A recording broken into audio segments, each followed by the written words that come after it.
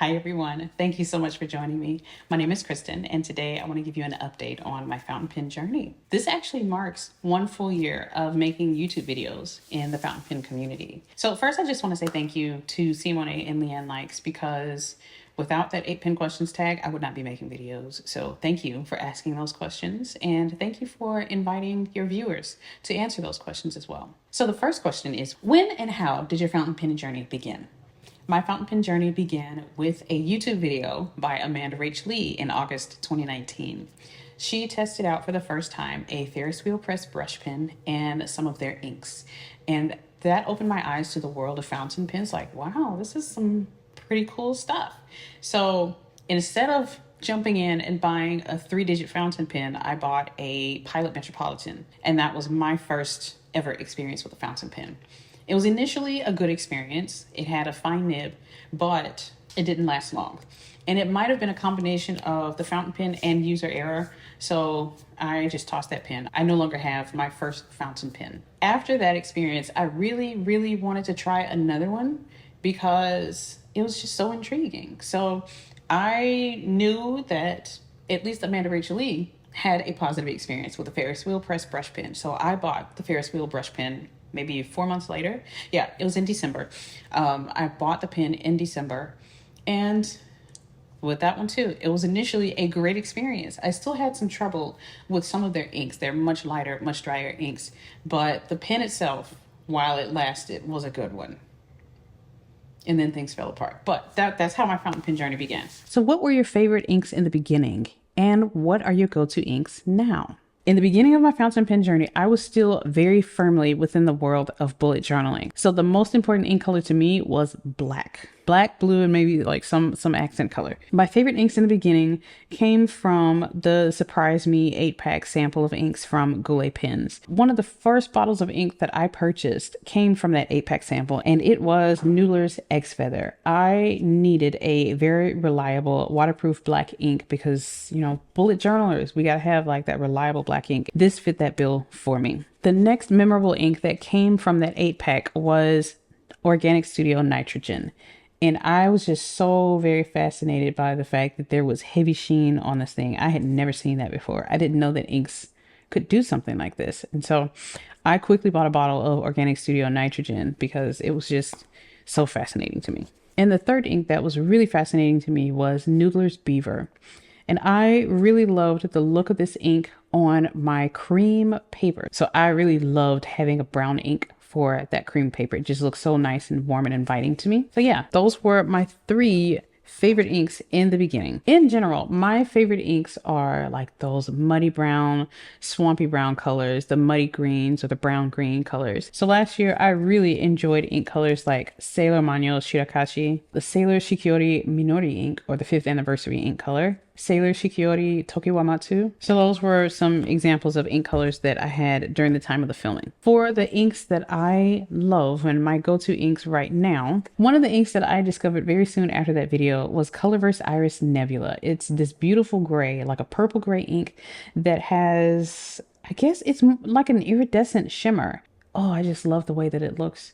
And it is so soft and subtle. So it's not one of those in-your-face colors, but it's still fancy at the same time. So this is one of my go-to inks. So if I need something fancy, I'm going to go to this one. If I need a sensible black ink, I've got a go-to ink for that one as well. So I have a full bottle of Platinum Carbon Black. This is like a shiny black. It's still a deep dark color, but it's a shiny black versus the matte black of this. It just looks like soot, but I really love that. So my go-to permanent black ink is Platinum Carbon Black. I still really love my grungy green brown inks like this one, Sailor 50 States Georgia, Sailor Shikiori Rikucha, but there are others that I'm really interested in exploring.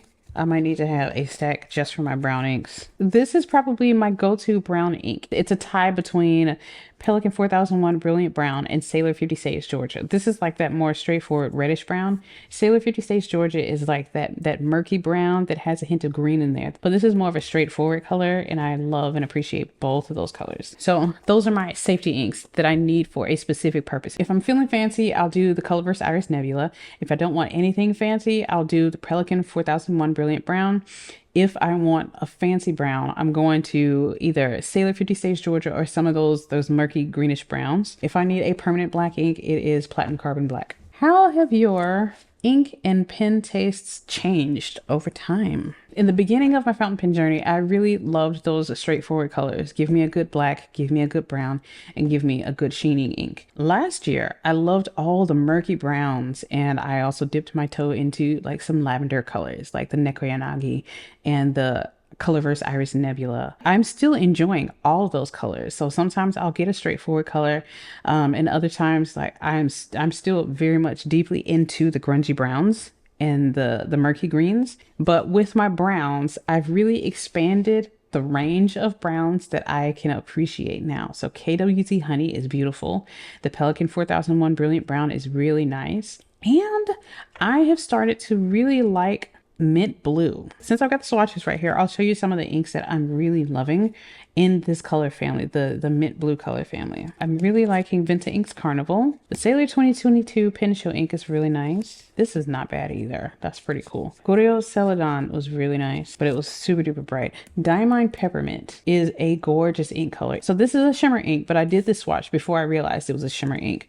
I believe it has a blue shimmer, but the base color of this ink is absolutely gorgeous. I really, really love this shade of ink, this shade of mint blue. So if I put this right here and then bring out some fountain pens that I've started to really enjoy in this color family, you'll see that I do kind of like this color. So one of my currently inked fountain pens is the Aurora 88.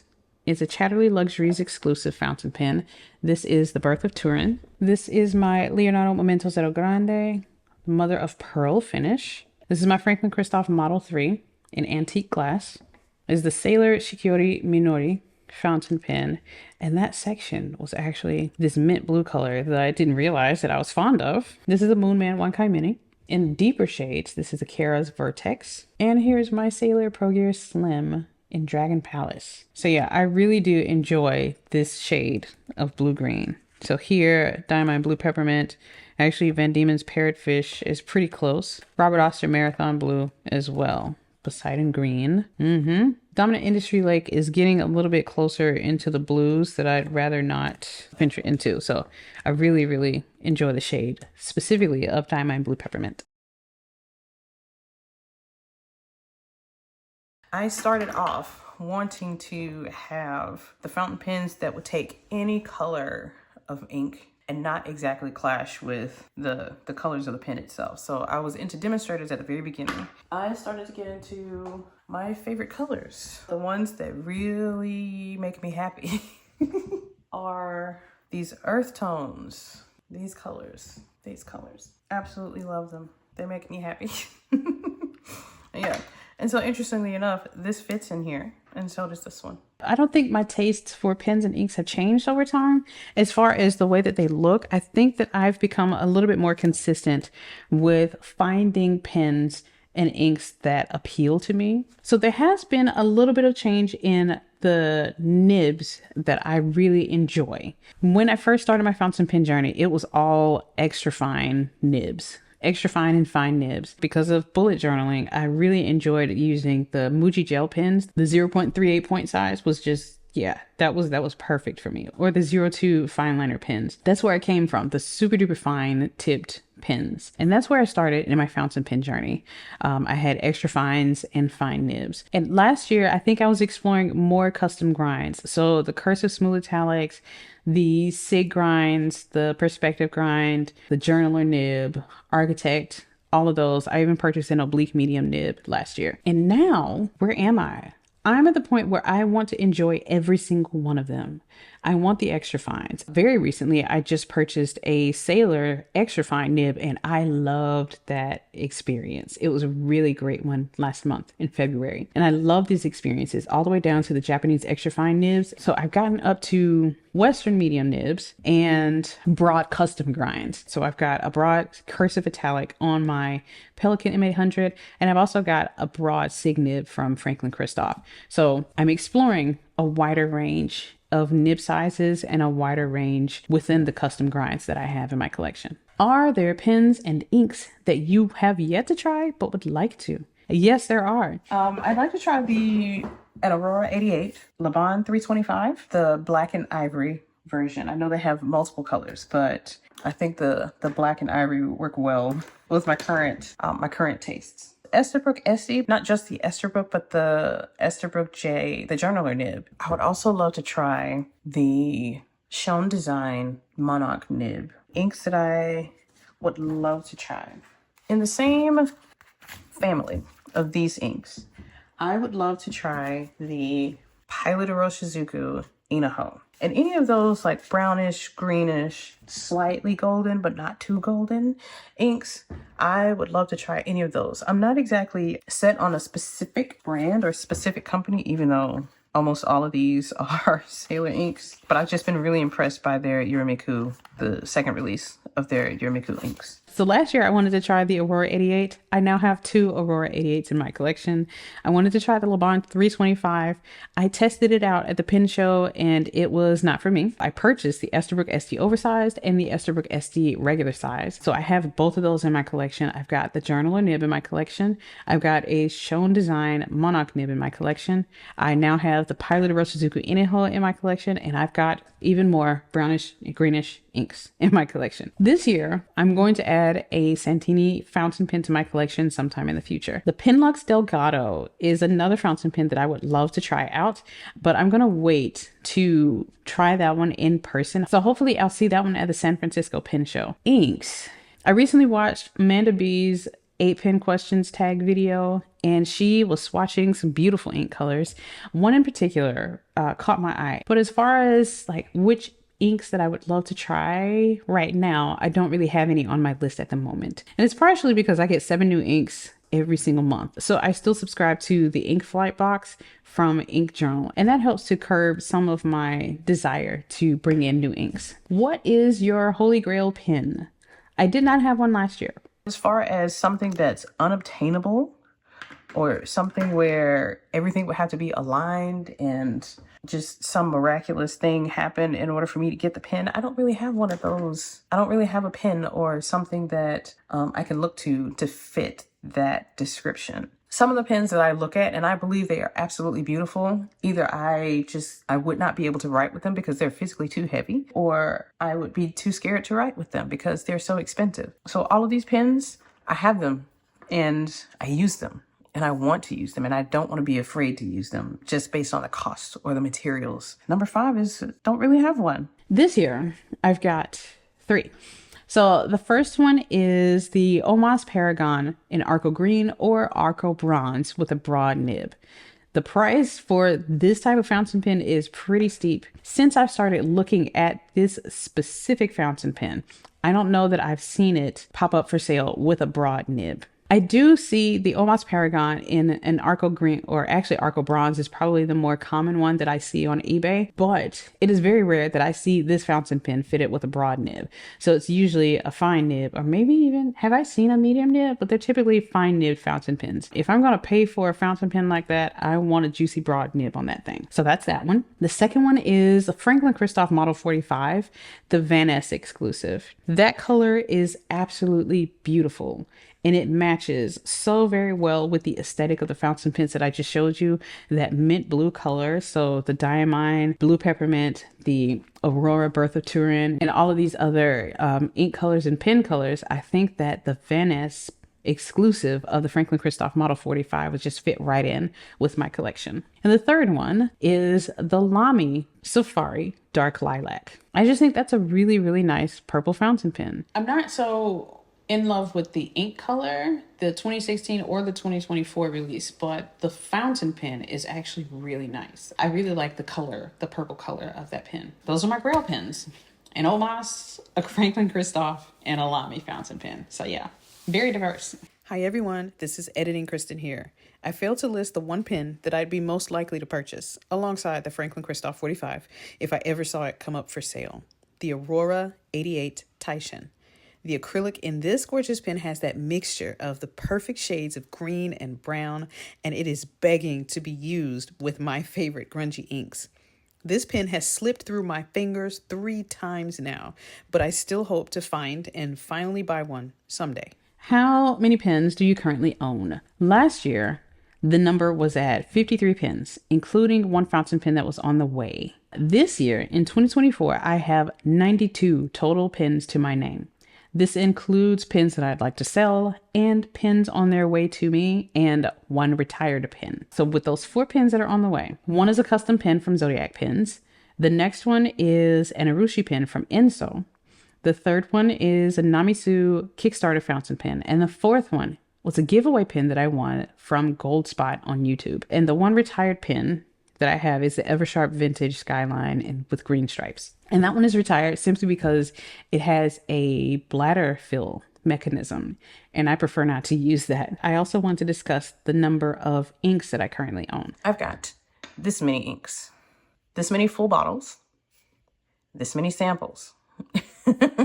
Whatever that number is, I know that number is too large. There are some bottles of ink that I just will no longer use. And there are so very many samples of inks that I will not use just because they're not my favorites. And I don't see myself gravitating towards them, or even if I know that I'm not going to purchase a bottle of that ink, I can give that sample to someone else. This year, I have 57 regular size ink bottles, 57 small ink bottles. So in between 10 to less than 20 milliliters of ink. Those are the small bottles. So I've got 57 of those small bottles.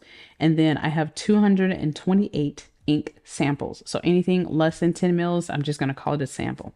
I have 228 of those. And I do go through these inks and give away so many that I no longer want in my collection, but I'm still acquiring them at a pretty quick rate. So I don't want to cancel my ink journal subscription because I really do love those monthly experiences. I want to get that number under control. So I'm going to be attempting multiple 30 inks, 30 days sprints this year. I'll record the experience either through YouTube Shorts or IG photos because I really want to put a dent in that 228 ink samples. Do you have a limit on pens or inks in your collection? Is it a number? Is it a feeling? When do you know that you have reached your maximum? I do not have a limit on pens or inks. I would say it's more of a feeling than a number. If I have only pens that I enjoy, the number is not really that significant to me. So it feels like I've already reached my limit on pens and inks in my collection. And it's not a number, it's a feeling. Last year, I mentioned that it's a feeling as well. And I said, as long as I have only pens that I enjoy, then the number doesn't matter. This year, I feel exactly the same way. And I've gotten to the point where I miss using some of my favorite fountain pens. And I know that if I was given the chance, if I gave myself the opportunity, I would probably skip over about half the pens in my collection if I didn't already have a plan in place. And that plan being use every pen in my collection at least once this year. So that is my plan. And emotionally, I would love to just fight against that plan. I remember my best currently inked month was September last year, when I tried out some really great pens from the San Francisco Pen Show, and they were so great that I was creating reasons to use them. So right now, since I'm not using those excellent fountain pens, I've fallen away from planning, from journaling, from writing notes. When none of my currently inked pens compels me to write, and I feel myself wanting to ink up something different, then it's time to take a look at my collection. What am I avoiding? What is drawing me to the uninked pens in my collection? So I need to start letting go of the pens that no longer entice me to write. Even if I made memories and had pleasant experiences with them in the past, I still need to let them go. Pens that I don't want to use do not belong in my collection. The only exception right now is the retired pen that I have, the Eversharp Vintage Skyline green stripes, because that's an excellent pen. And I don't know that I would want to get rid of that one. I've got to cull my fountain pen collection because there are too many fountain pens in my collection that I'd rather not use, that I'd rather reach over to find something else to use. No, it's not a specific number, but as long as I love everything that I'm using, I think that is where I want to be. And I'm going to take some steps to get there. Consequently, what would you do if another pen or ink came along? I would buy it. I've gotten to the point where I have a large number of fountain pens that I absolutely love. And some of these wonderful nib grinds from Franklin Christoph, custom nib grinds from people like Kirk Spear and Mike Masuyama. And so With those fountain pens in my collection, anything that I bring in is going to have to pull its own weight against those fountain pens. I would ask myself the question, will this be a new favorite in my collection, or will it just sit by the wayside while I use the favorites that are already in my collection? Now, if it can potentially become a new favorite in my collection, then I'm going to buy that pen. And if it's a new favorite in my ink collection, I'm going to buy that ink. First, I would probably try a sample if it's available. If a sample is not available, but I already know that that ink color and the reputation of that brand is a good one, I'm going to buy it. It's okay to try certain fountain pens because I'm very curious about them. But for the more expensive ones, like the Santini Italia, I think that's one of the reasons why I haven't pulled the trigger on that fountain pen yet, is because I really want to be sure that this is a fountain pen that I really want in my collection. And it has to be like a new favorite fountain pen. I made a whole lot of purchases, especially in the month of August at the pen show. And I am so happy to say that a lot of those pens are like instant favorites. Like that Pelikan M800 in brown black. That is a gorgeous, beautiful fountain pen. And I've got so many other fountain pens that I love to use. Like my September currently inked fountain pens. That is the list to beat. In general, overall, those were some really, really, really great fountain pens that I used in that month. And so if I'm going to bring something into my collection, it has got to make me just as happy as those pens did in September. So that's everything for the 8-pen questions tag. Yesterday, Claudia from the Cloudy Desk released an 8-pen questions tag video. So go watch that one. And Kristi from Optimal Wellness Yoga will be releasing one tomorrow. I'll make sure to put their links in the description box below after they've been released. And if you would like to join in on the 8-pen questions tag, you can comment your answers, or you can also make a video. So if you'd like to join in on the hop, I'll make sure to put a link to Simone's form in the description box as well. So you can fill that out and join in and release your video. I believe it's going through the month of April as well. So you've got some time if you want to make a video and publish it as well. Okay, so I'll do a link for Claudia from yesterday. I'll also add a link for Kristi when it is released on tomorrow. I have a link to Simone's form if you'd like to join in. And I'll also put a link for the entire playlist for everyone who is participating in the 8-pen questions hop for this year. All right, I think that's everything. So if you have any questions, just leave them in the comments below. Thank you so much for joining me. I hope you have a great day, and I'll see you in the next video. Bye-bye. So I think that's pretty cool. I think that's everything. Oh my gosh, that's a lot of information and I keep fumbling.